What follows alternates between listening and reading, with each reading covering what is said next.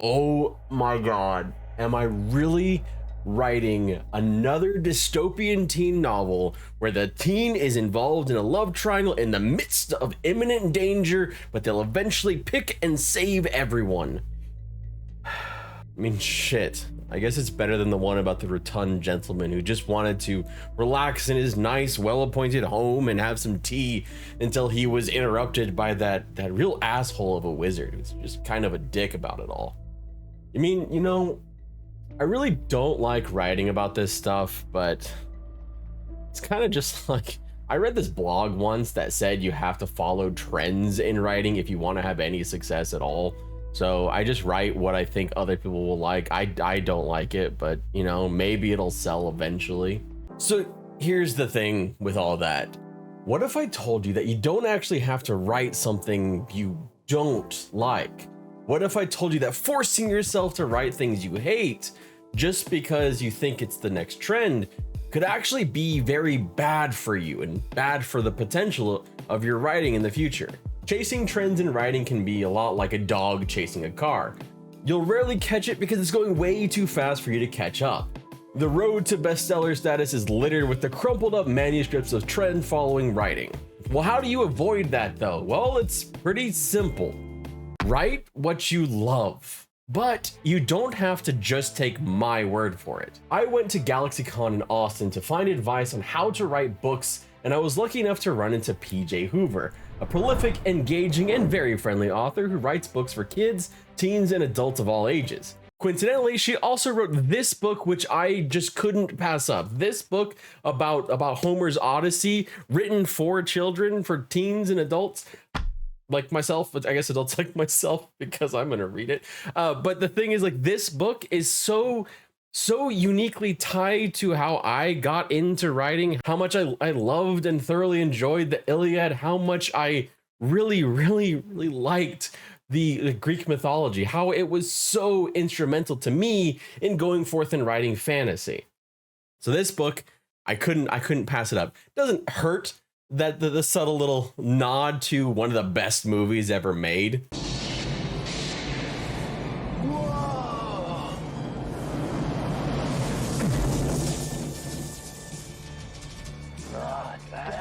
But what I wasn't expecting with this book, after already getting an interview with P.J. Hoover to give some advice to all of you, was the note in this book. And it's so good that before we get into P.J. Hoover's advice, I want to read that note to you so you can see why I like it so much. Back in high school, I was first introduced to the Odyssey. I'd always been a fan of mythology, but there was something about this particular story that stuck with me.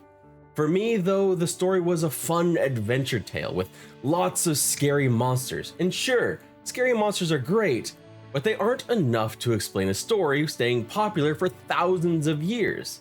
In 2008, I was at a book festival in Oklahoma.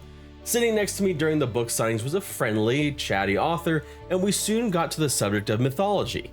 In addition to talking about our favorite myths, I expressed my fascination with this crazy story I loved, the Odyssey. Oh, the Odyssey. It's a great story, he said. But have you ever heard of the poem Ithaca by Constantine P. Cavafy? I think you would love it. Of course, I hadn't heard of the poem. But once I got back to Austin, I quickly looked it up, and I read it, and I printed it out, and I read it again. And I discovered this layer of the Odyssey that I never knew anything about. I'd been tricked in high school. This wasn't just a story about monsters. This was a story about a hero facing new challenges, trying to save his men, failing over and over, reaching his lowest point and still pushing on. It was never about him getting to Ithaca. It was always about the journey and how he changed while on it. Homer's excellent adventure is the story of my heart. It's the story of me facing my own challenges, failing many times, and finally succeeding. It's the story of every kid. It's the story of all of us. Now, if that doesn't come across like someone who loves what they wrote, someone who really takes passion in what they wrote and really enjoyed it and is still happy about it to this day, I don't know what is. But let me get the fuck out of the way so we can actually hear from PJ Hoover herself. Hi, my name is PJ Hoover, and I am here at GalaxyCon Austin.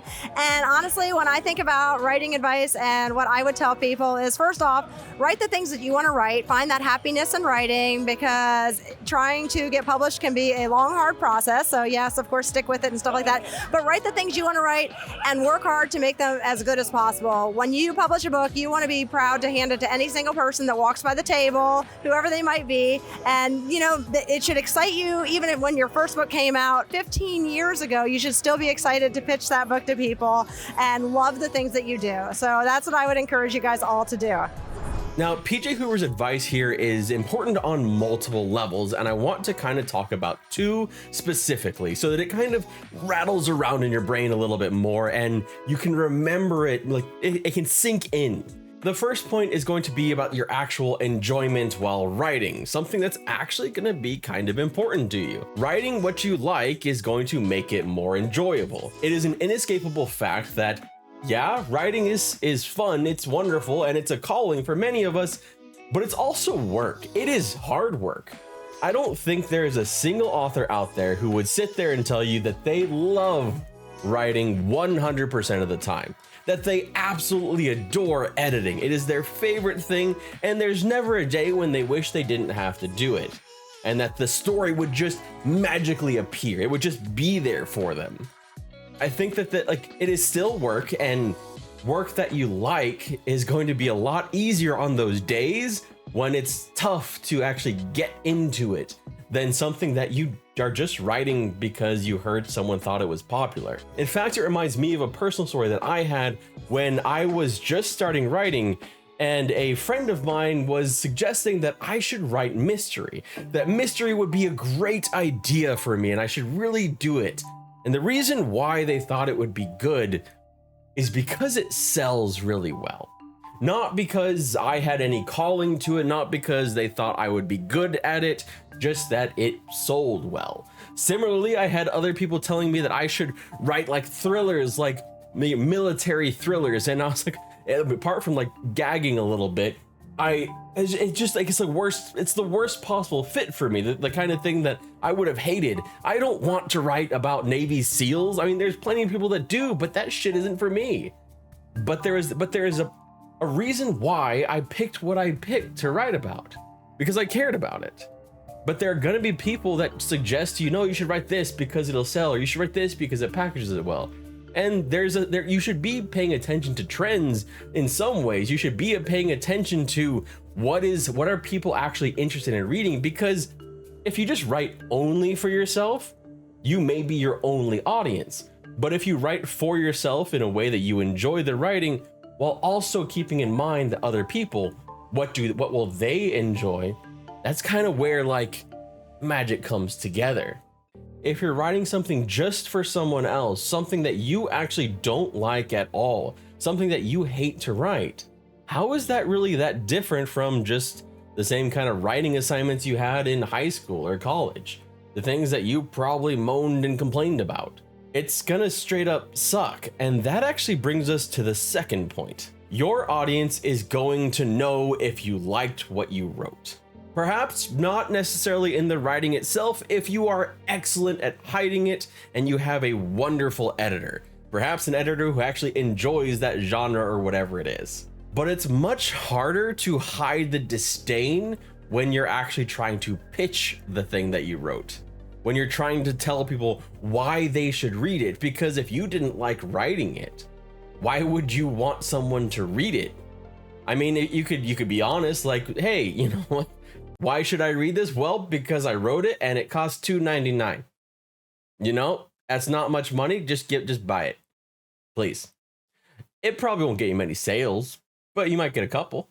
So please heed the advice from PJ Hoover. PJ Hoover, who is a much more successful author than I am. Write what you love and work hard at it. It will be hard work. Writing is hard. It just is. It takes a long time to do this well, to learn how to do it. It's just kind of how writing is.